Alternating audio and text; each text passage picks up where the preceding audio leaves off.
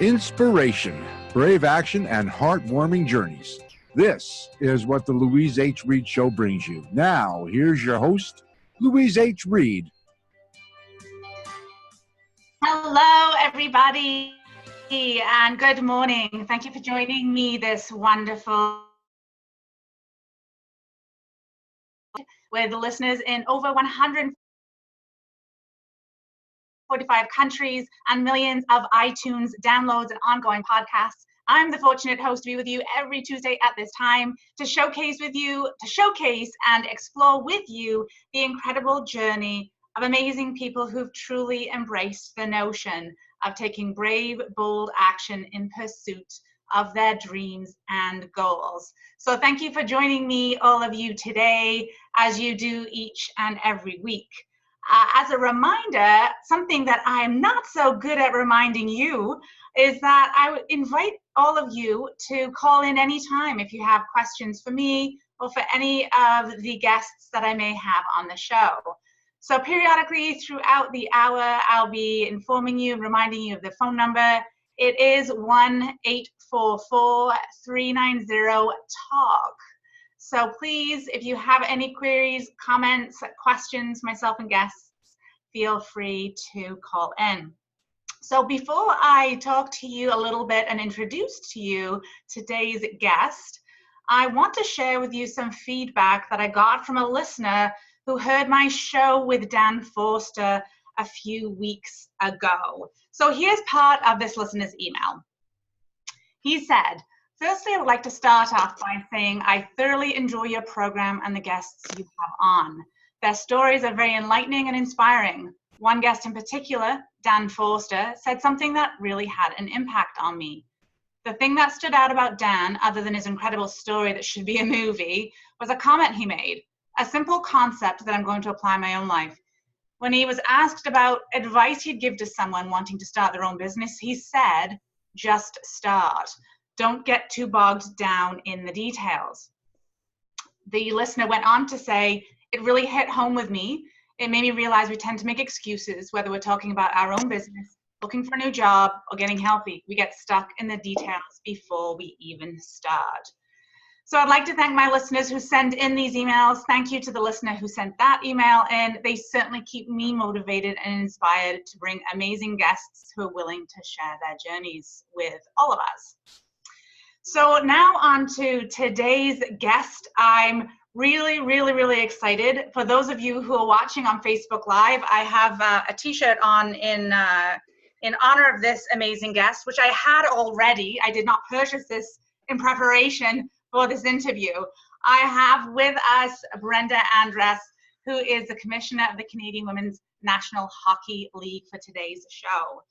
Over the next hour, you'll hear Brenda's journey and backstory, from when she first discovered hockey, to being the first woman to ever play for a men's college varsity team, to adding 2 Chinese teams into the Canadian Women's Hockey League and more. Brenda will share her life as a mother and grandmother, the inception and launch of SheIS, a new initiative to create support for girls and women in sport, and how she has truly become known as a trailblazer for women in sport. Welcome to the show, Brenda. Oh, thank you for having me. I'm thoroughly excited to chat about women's sports. I am excited about it as well.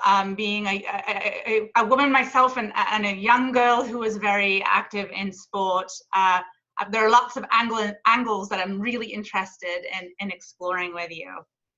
So when we've spoken prior to this show, and I mentioned to you, and as you know, I'm really fascinated by people's journeys and unique stories and what drives the choices that we make in our lives.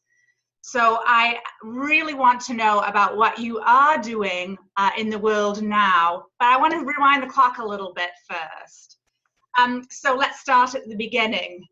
Perhaps, and there might be a different beginning for you. For me, what I know of you as it relates to what you're doing now was really sport. So when did sport first become something in your life, that whether you were doing the actual sport or it was in your family? Like, maybe let's just start there. Well, my children will tell you that I came out of the womb as a sports person. I don't know any other way. And they always laugh because I came out of the womb knowing exactly what I wanted to do in life, while others had to think about it. I just kind of said, no, here's my path. I'm going to go along this way. It wasn't quite that simple, but I don't remember a time in life when I wasn't involved in sports. I think I've always remembered sports from a very young age. And I just loved playing it. I think sports for us, I mean, it grew up, in a small community. It was fun. It was playful. It wasn't competitive. It was unorganized. So it was just a part of our lives. So it's like something I love to do. Really interesting. And so when did you first start playing organized sport then? The first time I played organized sport, I was 16 years of age with hockey, like real organized sports, as I said. And they started a game on Sunday afternoons in Napanee, a little tiny place between, Kingston and Belleville. And so I went home and I said to my parents, look, there's hockey and I want to play. My brothers played, forever and a day. My dad's coached and I've been on the sidelines. Although I played on the ponds my whole life. And so mom and dad said, sure. My dad said, but you got to buy your own skates. And I kind of looked at him and well, wait a minute, what do I got to buy my skates for? My brother has top of the equipment. But I said, okay, no problem. We all worked back then. So I said, okay, I'll buy my own skates. So my very first game was coming up on this Sunday. And I remember it so clearly because two things happened. My dad all of a sudden got a call that my brother had to go play hockey in Kingston. So he was taking the car. And the only thing left in the driveway was this great big white van that was brand new. My dad had just bought it. And it was, this is how old I am. It was a stick on the wheel. So it was 3 on a shift on the wheel. And so off he went. And I was like panicking. And then I turned to my mom and I said, Mom, let's take the white van. It's like 10 miles. Let's just jump in. Come on, Mom. We're going to be trailblazers. We're going to, we're going to just do it. Come on. She kind of looks at me. She goes, that's your dad's brand new van starting up his construction company. I said, like, how hard can it be? It's like, I've driven so many things, tractors, everything else. So she did it. And we quite laughed because it was like, honestly, I got from first and second, couldn't get it into third. But by the time I got to the arena, played my very first game, by the time I got back, I had the standard down pat. And my mom used to come all the time and watch me play in that little rink, upstairs. But that was my version. And it was funny. A person asked me a long time ago how I first joined hockey. And I realized that those words I said back then was just like, come on, Mom, jump in the car. We're going to be trailblazers. We're going to start doing something, was the significance, I guess, of even knowing back then what I wanted to do. It's an amazing story. And I think that an interesting one, when we get to a certain point in our lives and we reflect back on certain things that occurred, we didn't necessarily know it was kind of a pivotal thing or something that was the seed of something bigger. So would it be fair to say that was the seed of something bigger that just continued to sprout and grow? Absolutely. I think that was the seed of the one, for me to play hockey for sure. And two, to make a difference in the women's world in some aspect. So you said that, sharing this story, you made reference to knowing what you wanted to do. And even before that, you said, out of the womb, you sort of knew your path. What was your path? What did you think back then? That, let's say, 16-year-old mind. What were you going to do in the world? Well, I knew I'd be involved in sports. To me, it was like I looked and said, I'm going to run hockey, or I'm going to run baseball, or, I'm going to be, I'm going to go down there and run that rink. That rink's not running right. I need to go down there and fix it up. And so it was kind of my concept in my head was, I knew I wanted to do something with sports. I knew I did not. And I knew that I would never do something I didn't like to do, because I just had never done that. Like anything I had chosen to do up and even to age 16 is because I liked to do it, or I didn't work at it. And if I did work at it, I stopped working at it and went and did something and go, no, that's not for me.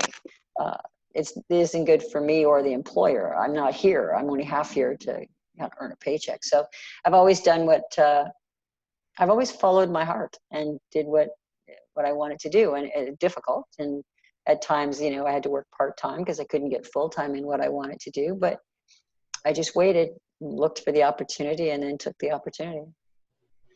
Is that a mindset and trait that you learned from someone? Oh, it's a great question. I don't know if I learned it from somebody. I think probably the people I surrounded myself with probably had that. At 16, at 16, I think everybody thinks they can do anything. I think it's like 45 when you go, maybe I should do this a little differently. But no, I think I did always surround myself with great people. Always listen to everybody. I think it's just the way you grew up. My parents were great parents. Difficult at times. We all came through difficulties growing up. I don't think anybody couldn't tell a story of a time when things weren't tough in your childhood. I always say to people, the good news is your childhood's over. It's not still here. And but my dad would say to us all the time, if you have an opinion, you're welcome to that opinion, but therefore, what are you going to do to change it?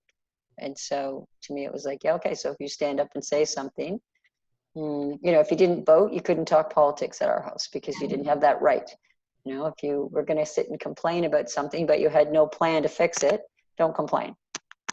So it was like, that was just kind of the way we grew up.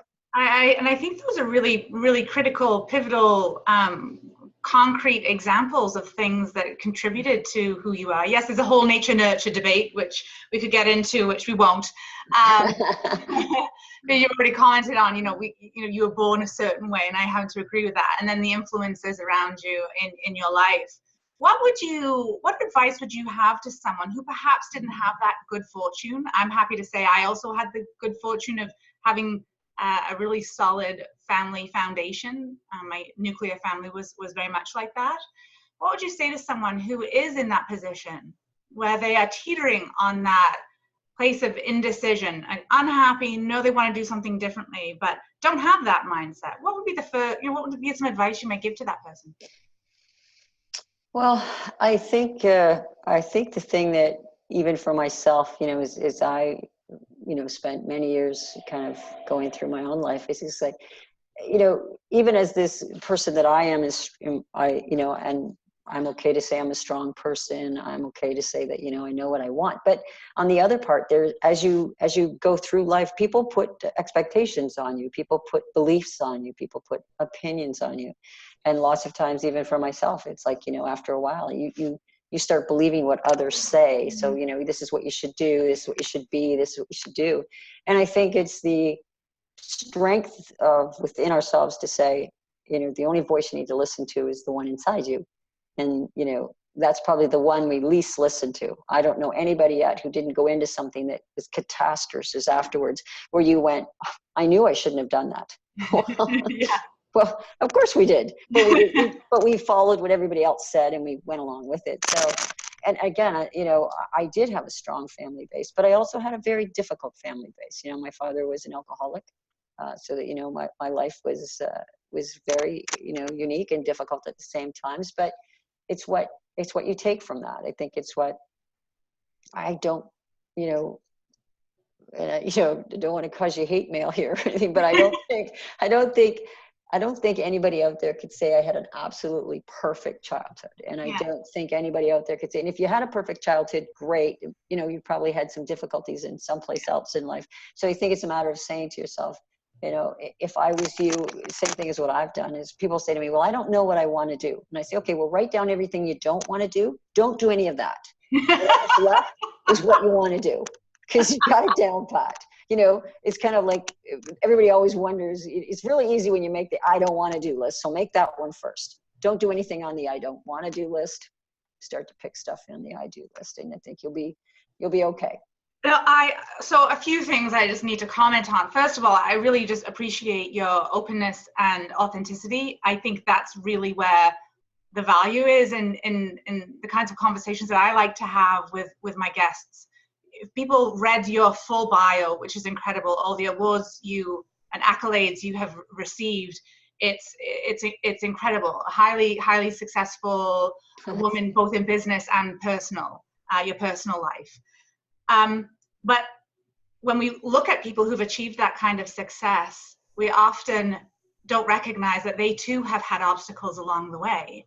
And it's that mindset and how they've chosen to work through it and overcome it, as opposed to let it stop them. And so that's where I think that there's huge value in you having shared that. I'm not interested in doing a Jerry Springer and getting into the details of that, but I really appreciate the acknowledgement of that, and that, that shows that the resilient nature and the perseverance that you have. And certainly what happened next, in terms of what you chose in your hockey career.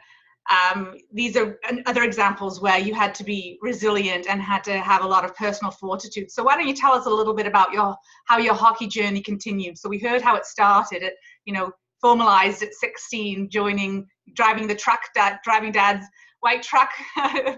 And tell us a little bit more then about what happened next and how that progressed. Well, women's hockey was very, beginning back then. So I was a 16-year-old playing with like 35, 40-year-olds, because the teams were very mixed. I mean, nowadays, the organizations for youth hockey for women is phenomenal. They're playing with their own age group, but I never really played with my own age group.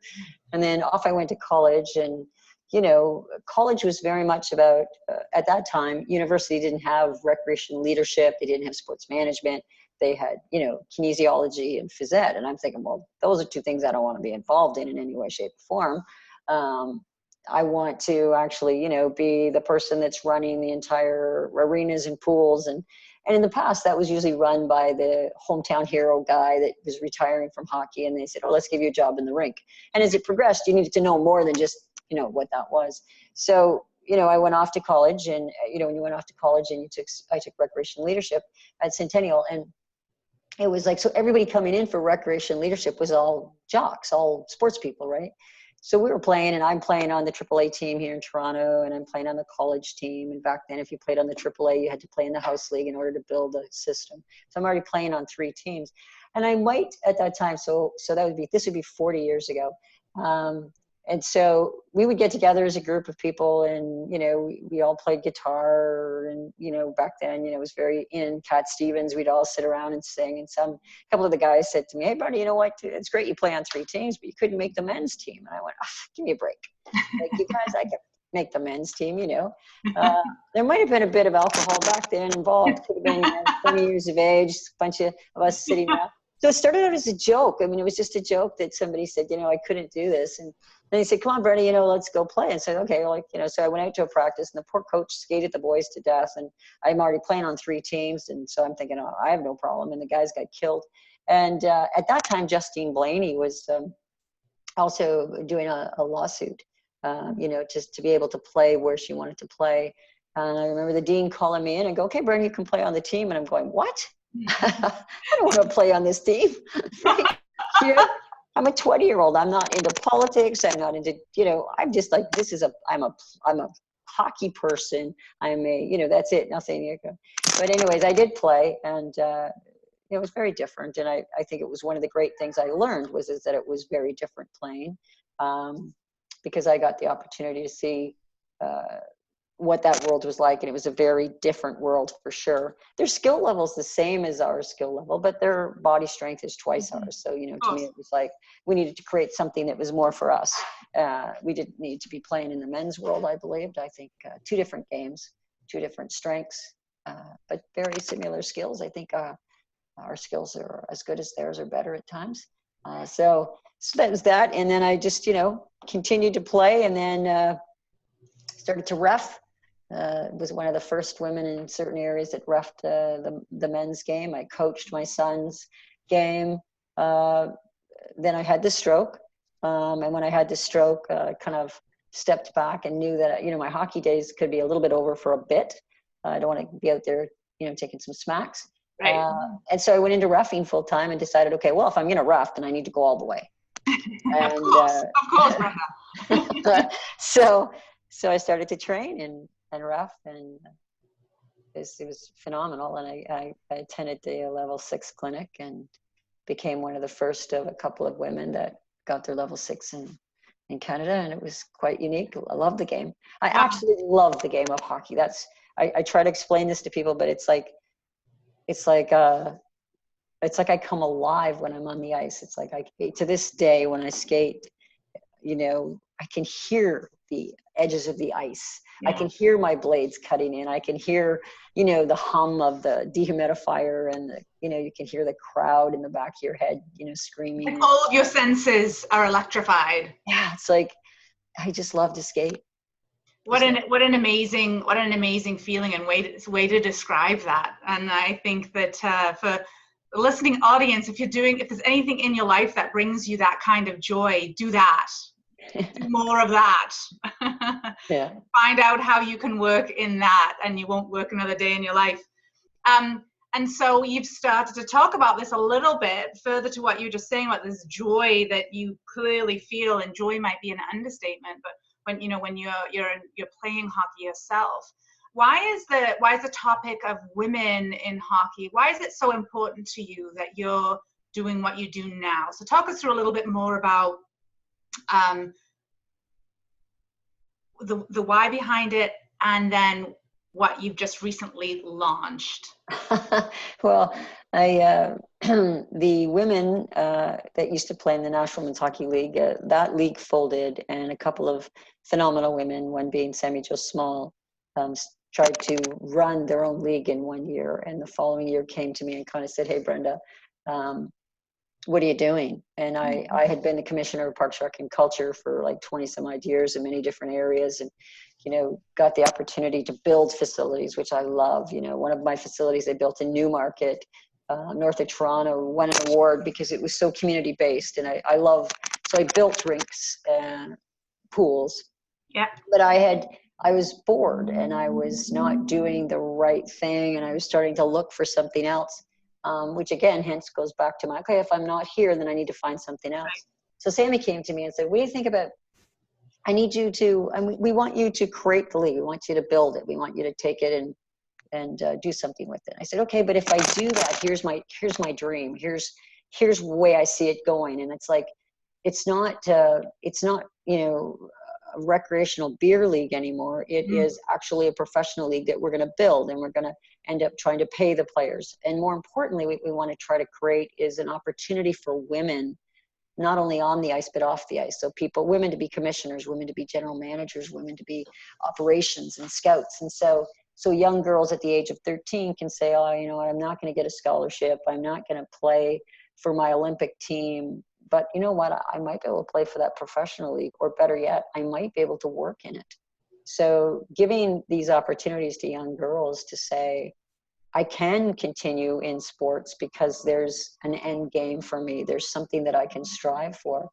And part of building that league was to ensure that those young girls get an opportunity to talk to our elite athletes. And so we organized it, and I built it on, strategic basing of sustainability and stability for sure, but also the interaction with our females, so that these up and coming young kids would see what our women had to go through in order to play on the Olympic team. I think, so often you are right. I think you said earlier, where it's like people just look and go, I want to be that famous star. They figure, my God, what they went to be that famous star.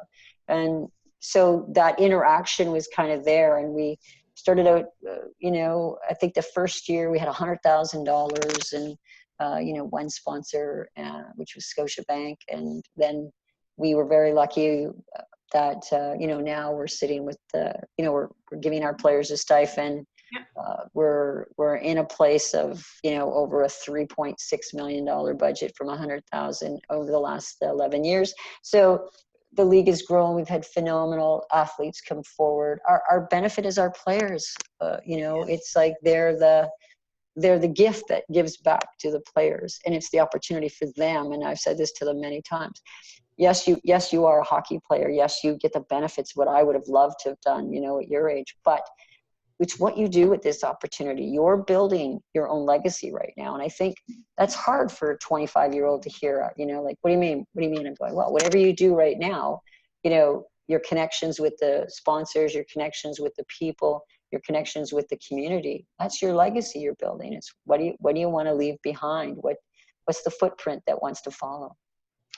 That's so many moments that I'd like to reflect on in what you've just shared. I'm going to actually just reflect on a really good memory that I've had, actually two really good memories I've had in relation to what you just said. So one of them is totally rewinding the clock back into when I was 13 years old. Basketball was my sport, and I went to a summer camp. It was mixed, so boys and girls, and I won the MVP out of all the boys and the girls. And I still have those basketball shoes that I won. I won some Reebok shoes, and so that was quite a momentous time for me. The reason I was reminded of that was because you mentioned, so I had a back injury that took me out of sport, but I was still really interested in being involved in sport. That time that there was only the NBA. At that time, my goal was to be the first woman to play in the NBA. So it's really encouraging. While we're talking hockey here, it's the same thing. We're talking about equality in sport. We're talking about the impact that girls and women, when they are involved in sport, the impact that has on them as individuals and families, on businesses, on communities. That's really what it comes down to, isn't it? Very much so. It's the same story. No matter what sport you go to, it's the same story for each sport, for each woman, of what we're trying to accomplish. Hence why SheIS was born. So tell us more about SheIS. And before we do that, I just wanted to remind any listeners, or welcome any listeners who may have just recently joined us. This is the Louise H. Reed Show, and we have a wonderful guest, Brenda Andress, on the show today, who is the commissioner of the Canadian Women's Hockey League. And Brenda is just about to share with us the launch of a really cool, amazing initiative called SheIS. And back over to you, Brenda. Let's hear more about it.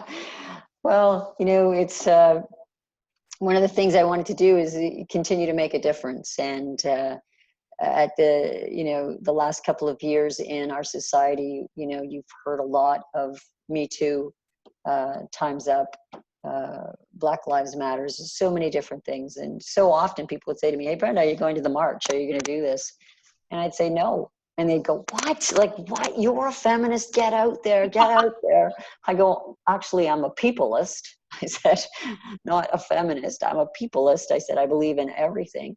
And not that anything's wrong with being a feminist, because I think that's, okay to be whatever you want to be in life. But what bothered me, or what my concern was, is that I didn't want to do something from negativity. I wanted to create something from positivity. So to me, it was like, I think every single person who came forward for #MeToo is phenomenal. And I think the bravery and the opportunity to say that was great. But then what? That was my thing. Then what happens? You have all these females who have expressed what's happened to them, but who's following up with them? Who's helping them? Who's doing things?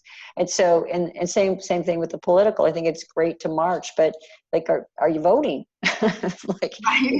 Because if you're all voting, how the heck did they get in? Right? It's like, doesn't make any sense. So I wanted to create something, and it was from positivity, and it was like, what can I do, or what can I start? The entertainment voice is being phenomenal in expressing what's going on and expressing how to change things and standing up. And the political world is, crazy.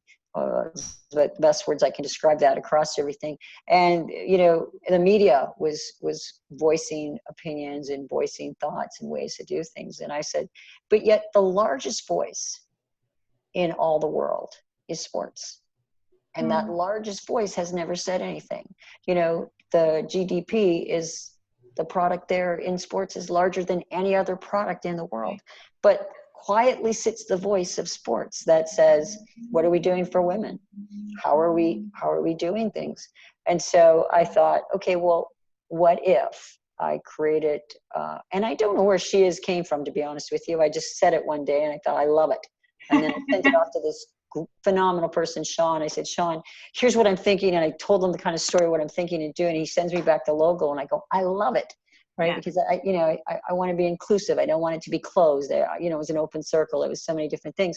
But so what I thought was, wouldn't it be unique if all the women, all the leaders in women's sports, so the WNBA, the LPG, the wrestling, the boxing, fast pitch, the hockey, if we all came together under the umbrella of SheIS for the sole purpose of positively creating opportunities of growing the attendance and growing the viewership, because it's not a it's not a kumbaya moment, as the one reporter said. Brenda, it's a kumbaya moment. I said, no, it's not. It's a call to action. It's a call to action by all the sports fans out there that keep saying that women's sports should be front and center.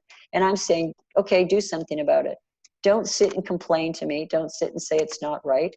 You're right. If I was a small-time business person right now, would I invest in these leagues? No, I wouldn't. Why wouldn't I? Because you don't have the viewership. You don't have the participation. Right. So you can't blame sponsors. You can't blame media. You got to stop putting the blame, because that's what we do best, right? We say, well, we're not good at this because of somebody else, or I can't be I can't be successful because, you know, this person stops me. And it's like, no, forget that person, leave that job and go find something else. Like, you know, get out of that relationship. That isn't helping you to do anything. So to me, it was like, stop complaining.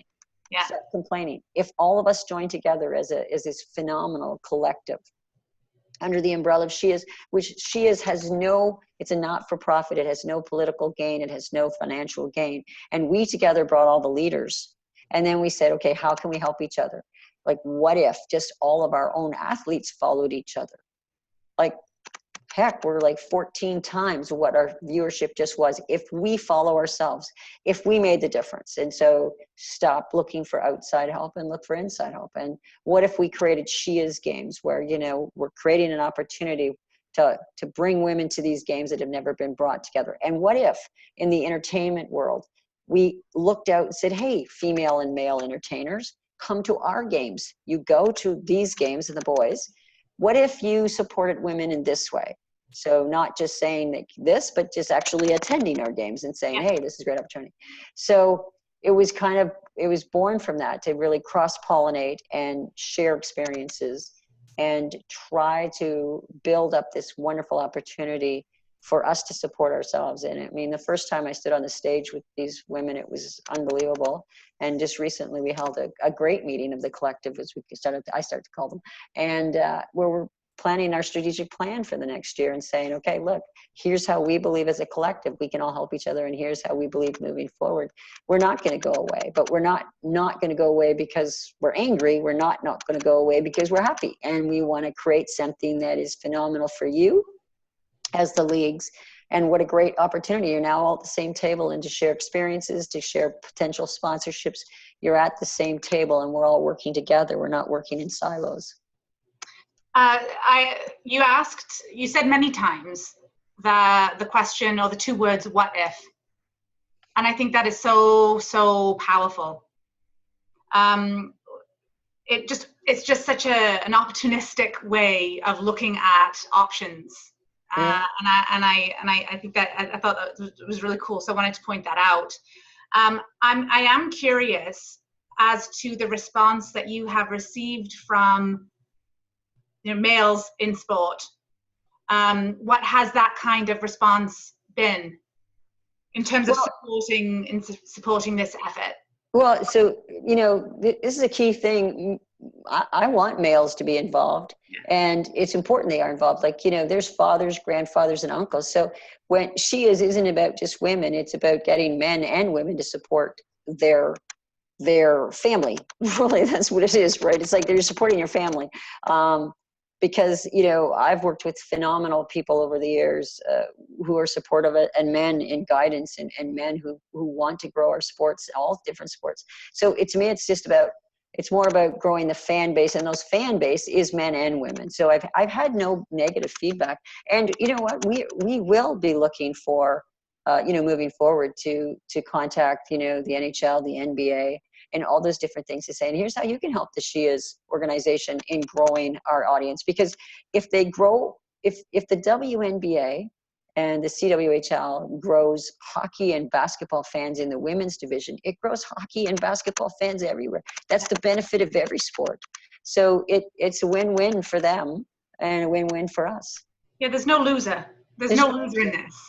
Which is what SheIS is about. It's a completely positive aspect of trying to grow sports, and the female in particular sports, but we're growing the females because that's the female leagues, but the fans, we're growing men and women. So it's very positive.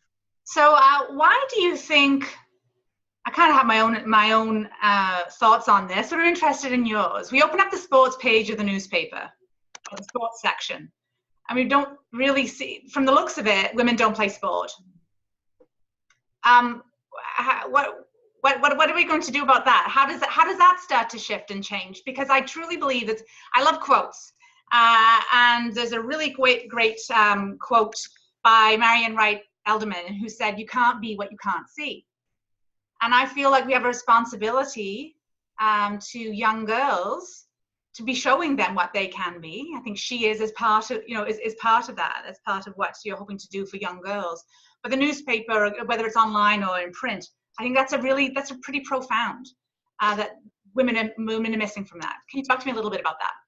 Sure, I'll give you my thought process. I'll go back to saying, that's not the media's fault. That's the viewer's fault. I'm going back to what SheIS stands for, and the simple fact of, if hockey news, if the hockey news doesn't have anything in it about females, don't buy it.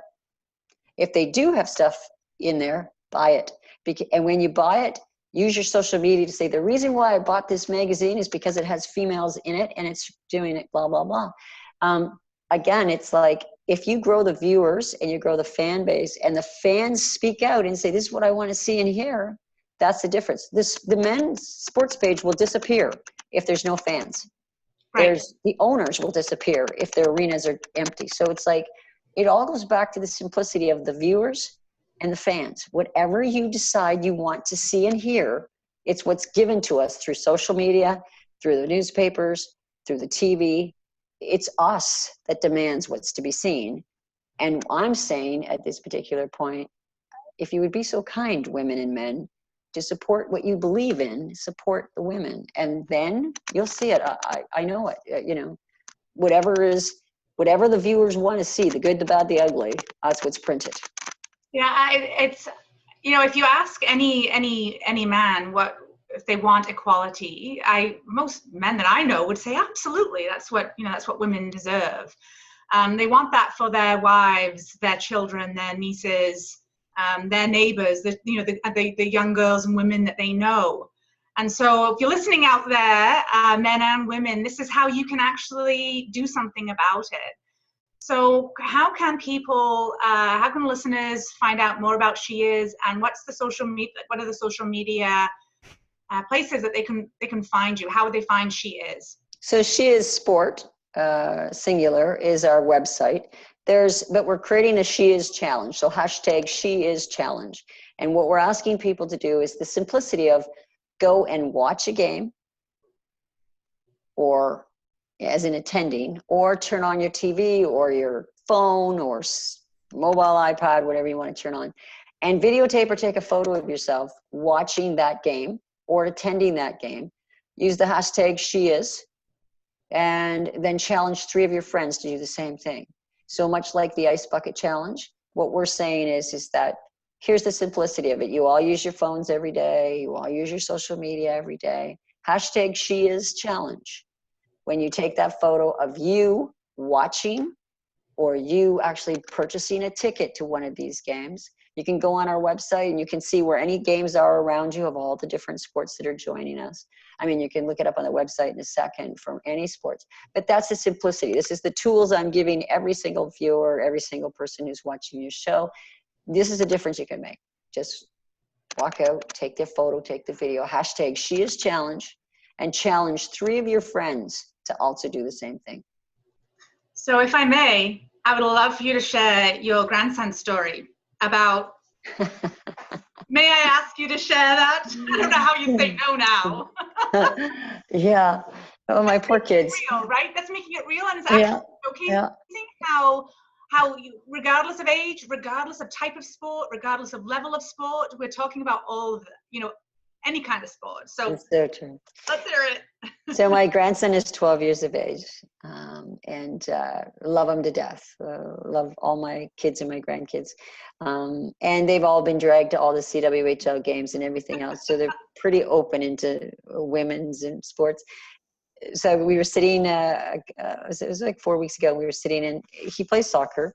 And I tell him that's okay that he plays soccer instead of hockey. I'm okay with that at this particular time. He just laughs at me. But anyway, so he says, okay, Grandma, you know what? Your order came in because, you know, you helped me fundraise for my soccer game. And I went, wow. You know, and so I said, oh, okay. I said, so Sam, I said, you have to help me fundraise and do things. He goes, how do I do that? I go, well, I said, you can take the hashtag SheIS challenge. And he goes, well, what is that, Grandma? And I said, well, I said, that's where, you know, you watch a game or you go to a game and then you challenge 3 of your friends that age to watch a game. I said, you know, it could be as simple as you going and watching your sister in figure skating and hashtag it out and say, hey, more people need to watch women in sports. And he says, well, I go to CW games all the time. And I said, that doesn't count because you're not there right now. I said, so you have to go outside your, so, you know, I said, he says, but I said, you know, you can try these other games. And so I'm walking away. Now he's 12. I'm walking away and he says to me, hey, Grandma. I said, yeah. He goes, does women's beach volleyball count? And I turned back and I said, yes, it counts. So it's like, we all had quite the chuckle because it was like, well, wait a minute here. I'm 12 and I need to think. But it was like, yeah, that all counts because it's a women's sport. But there we go. There we go. Listening friends. Every sport counts, whether it's sisters figure skating or beach volleyball. So, you know, what's reflecting on your life so far? What's the biggest lesson that you've learned? I'll tell you a little story. Sure. I tell it every now and then. So before I decided to do, I think I was around the age of 40, just with the stroke and everything. I was at my house, I guess my getaway in Picton. It's on a cliff and Lake Ontario's out there. And we were all down for May 24 weekend. I went down to put the big float in the water. And I dove down to put the float in the water, and the chain got wrapped around my arm. And so I let the float go. And it's also very cold in the water, so I was worried about getting cold. So I let the float go, and the float's going this way. And the float's like this big, massive thing, right? Like, you know. So I yell up to the kids. We're on a cliff. I yell up to the kids, throw me down my kayak paddle. I'm going to go get the raft. So, and this is like a 65-foot cliff that, you know, we've made Ewok stairs down to. So they bring me down the paddle. So I shove my life jacket into the kayak. I get in the kayak with my paddle and I start to go. And as I'm going, anybody knows Lake Ontario, storms come up pretty quick. And at that time here, you can kind of see my hair. I had it really, really short and I dyed it white. So I looked like Billy Idol, you know, like, back in that day. So I'm paddling and I'm looking at the raft and the waves are getting pretty big and Lake Ontario can bring a storm pretty quick. And I look back and I see the storm coming. But in my head, I'm thinking, I can beat this storm. There's no problem. I can beat this storm. That raft, I got to get it. So I'm paddling like crazy and I'm watching and the waves are getting bigger. And I'm thinking, oh, it's a storm. It's a real storm coming up. And so I start to paddle really harder. And as I'm paddling, the kayak and the raft is going out into Lake Ontario. We're not going in by the shore. We're going out into Lake Ontario. So I caught up to the raft and the storm's now starting to hit. So I tie the raft onto my kayak and I take my paddle and I shove my paddle inside the raft because now I think I should put my life jacket on because this might be a smart thing to do.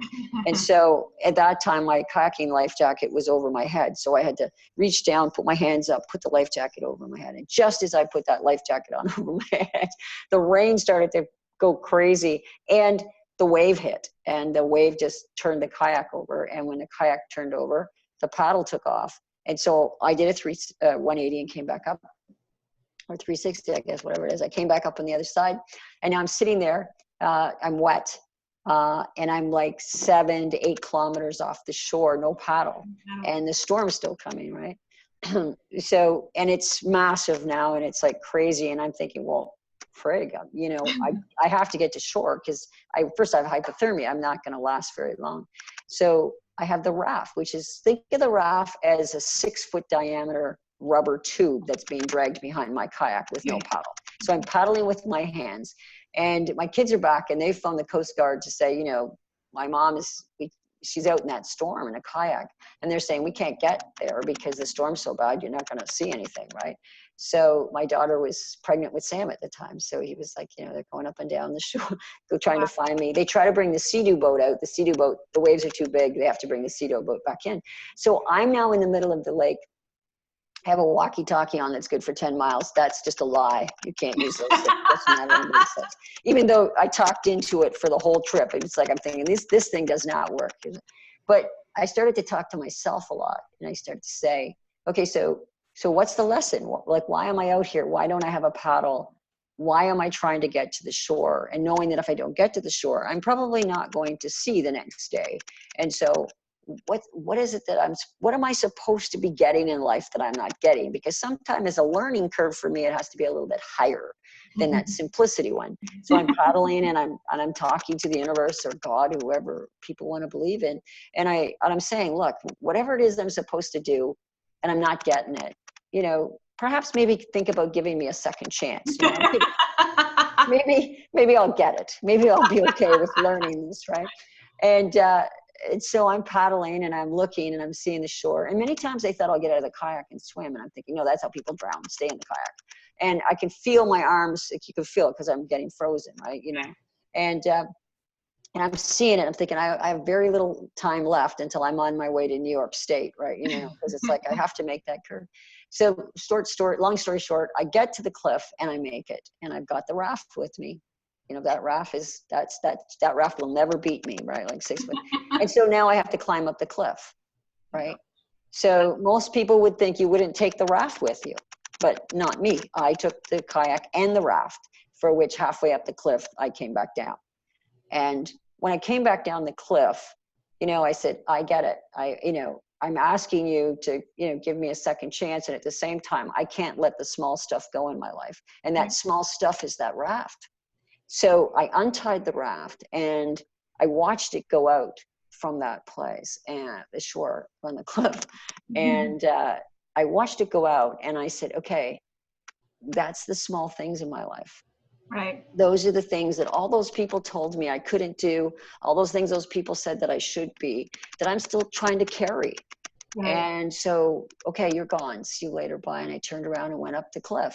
And, you know, I came over the cliff and there's my daughter, you know, waiting for me. And I look terrible. I mean, you know, I'm like half frozen and I'm cut from flying down the cliff.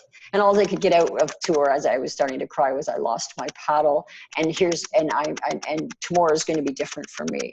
I know this. And she was kind of laughing, but it was a lesson that said to me many times, it's like, we carry such small stuff in our life that we worry about. And it's like, you know, I had to let it go, and it was a lot. And now the funny thing is when the Coast Guard called, I got on the phone because they didn't know if it was me. And he says, how would your kids describe you? And I said, they called me Billy Idol, right? And he goes, okay, yeah, it's you.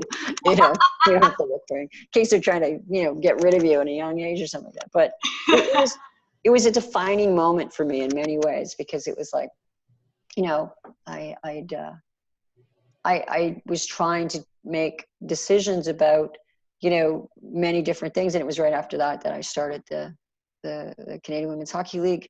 And it was like, from that moment on, many times. And I think this is the key, is like, in my opinion, is like, so often people look at, I think you said it before, people look at successful people and don't realize, but even for successful people, or people who know what they want to do in life, or people who get some breaks in life, because everybody does, there's always, I don't think I call them failures, but I think there's always obstacles that are put in front of us to say, what are you going to do?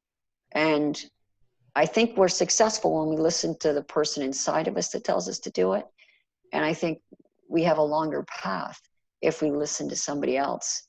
I think we'll all come back to the same path at one time, but I think the shorter part of that path is listening to what's inside you. And, you know, for me, it was like, okay, we got to take her out to the water and, you know, let her see what's going on, and try to get her to realize that, you know, I was willing to risk my life for a 6-foot raft, which has no meaning in my life. Yeah. But yet it was more about, I can't lose. I can't let a raft beat me. I can't lose a challenge. And it was like, yes, I can. Yes, I can. Yeah, no doubt the universe, again, or whatever it is that you wish to believe, one wishes to believe in, was likely giving you signs earlier quieter ones. Yeah, for sure. I too can relate to that, but you don't listen to that. It will continue to it'll start to shout at you in some form or another. So true. You talk about listening to that intuition and that inner voice, and following that, and that perhaps being a shorter path. I do believe that to be true, but I also believe that when we surround ourselves with the right people, you mentioned that at the very beginning of the show, that helps to elevate us as well. So what strong females or strong mentors, male or female, have you had in your life that have sort of helped you along that expedited path? Because I think that that's an important thing for us to hear as well, that you've achieved the success, but it's not alone. Oh, you're never alone. As a matter of fact, I think the most successful people are the ones who surround themselves with brilliant people who make you look good, right? And that's my thought process.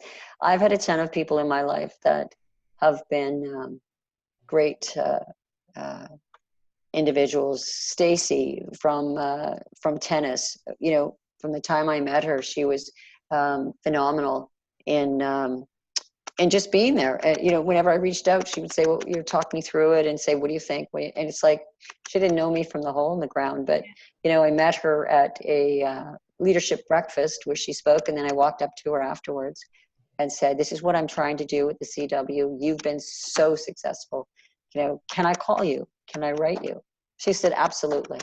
And, that was a mentor for me because she gave back. And she's, one of the first person when I started SheIS, I reached out and said, I really want you to be involved as a leader. Brenda, I'm in. And I was like, and phenomenal woman in the way of just, she does what she states. She just simultaneously supported me. Now I'll go back, because if I did not have the courage to walk up to that person, she wouldn't be my mentor. So many times people will say, how did you do this? And I said, well, it wasn't easy, but I walked up and said, what are you going to say? You're going to say no? Okay, well, who else is going to know you said no except me? So let's move on. Yeah. So she's been a phenomenal woman in that aspect. My mom, who's passed away, was just somebody who believed in me. It was like, it wouldn't matter what I said. We used to laugh because half the time she didn't know what I did. I couldn't explain it, because my mom was older, but it didn't matter.